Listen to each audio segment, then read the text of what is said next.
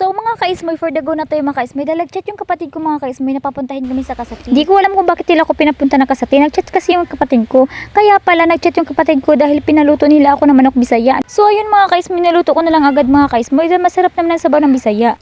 So mga kaismoy, wala talaga kaming plano pumunta na Kasati. Dahil busy ako, naglalaba ako sa bahay. Biglang nag-chat yung kapatid ko. Diyos ko, di naman ako marunong magluto. So tinanong ko sa kanila kung bakit nila ako pinaluto. Nandiyan naman yung kapatid ko. Di naman ako marunong magluto ng ganito. Kaya pala nag-chat yung kapatid ko dahil masakit yung ulo ng sister namin. Dahil ayun niya magluto. So ayan, wag kayong mag-alala, ako na lahat dito magluto. Char, di naman ako marunong magluto. Akalain nila marunong ako magluto.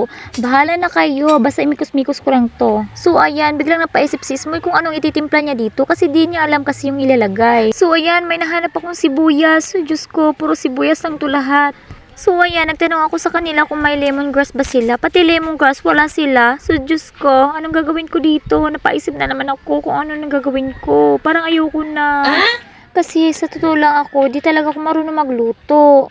Yung sa akin lang, puro itlog, yung mga ganyan lang. Pero yung mga sabaw-sabaw, di talaga ako marunong. So, ayan mga kaismoy, napilitan lang ako na magluto. Dahil alam nyo, lasing na yung kapatid ko, lasing na yung papa ko. By the way, sa pagdating ko sa bahay, nag-inuman na pala sila kasi may bisita sila.